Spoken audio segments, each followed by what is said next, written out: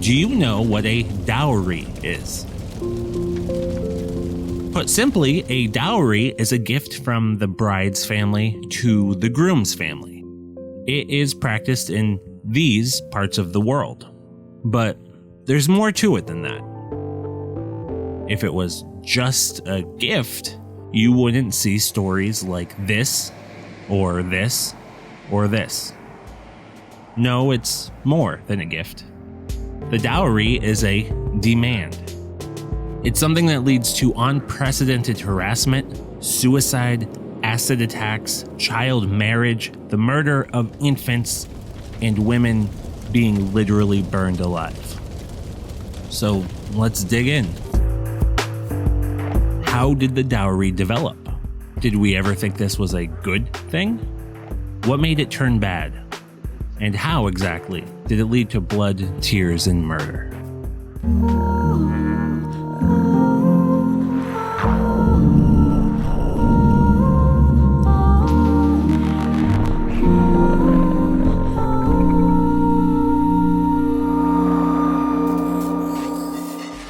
Although today the dowry is a gift given to the husband or the husband's family, that's not how it started. It started as a gift from the bride's parents to the bride. Now, because a son would typically inherit their parents' estate, the dowry was the parents' way of providing as much security for their daughter as they could manage. And make no mistake, this money was hers.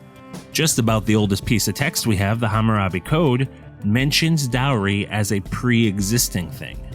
And it spells out what would happen if, say, a man should ever decide to leave his wife. She would keep the children.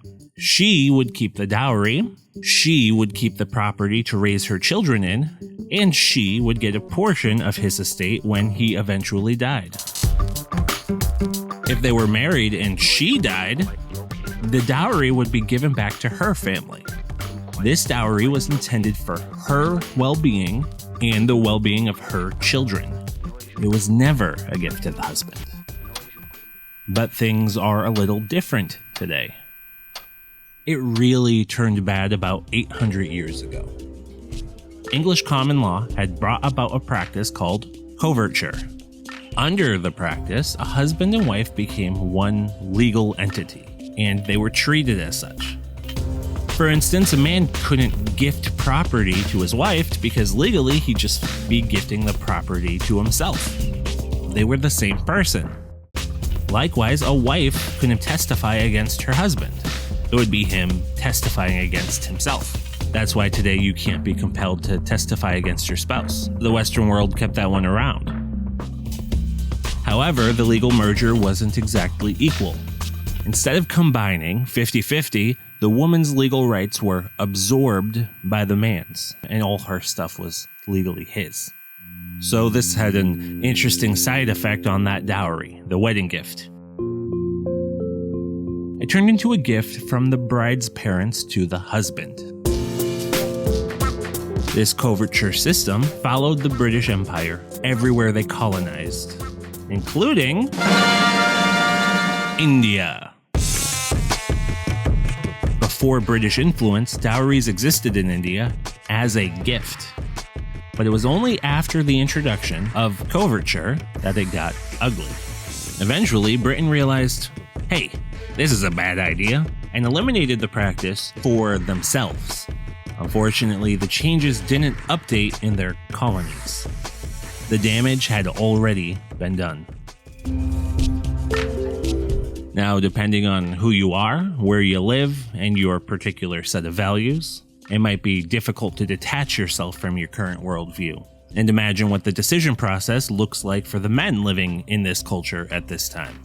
So, as an exercise, imagine that today you're looking for a puppy to adopt. Some puppies come with dollar amounts attached to help you care for the puppy. When you adopted this one, you get $1,000. When you adopt this one, you get $20,000. When you adopt this one, you get $100,000. And when you adopt this one, you get $50. Would it be a tough decision? How cute would the $50 puppy need to be? Is it $100,000 worth of cute? Now, forget what you might do. What puppy would your neighbor pick? Your coworkers, your siblings, your friends? How many people would pick that $50 puppy? Would the money influence their decision even a little bit? Of course, we're not talking about puppies. We're talking about humans. And this is what happened with brides in India. The women with the higher dowries eventually became the only brides taken. This put pressure on families to come up with as much money as possible. The older you were, the more money a husband expected attached to you as a dowry, which encouraged families to arrange marriages for their children before they've hit puberty. Similarly, very beautiful women didn't need as high a price attached, so families might pawn their ugly girls off to become nuns where marriage wasn't an issue. Also, they could save for the beautiful daughter's dowry. Some parents chose not to deal with having a girl at all and would immediately abort a female baby. So determining the sex of an unborn baby was made illegal. And this didn't stop them. It led to parents murdering infant females to avoid dealing with the crippling debt. By the way, this is the reason that India has 46 million more men than women. That's the population of Spain. The practice of murdering women continued into adulthood. Some have taken a bride and her money only to tie her to the kitchen, start a fire, remarry, and do it again and again.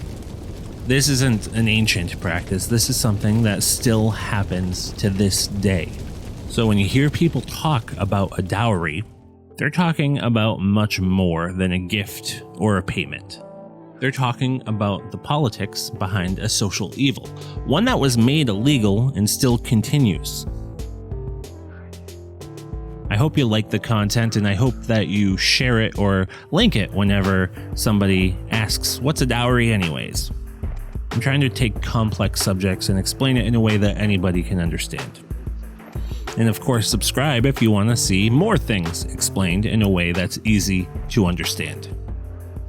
All right, thanks for watching. Bye.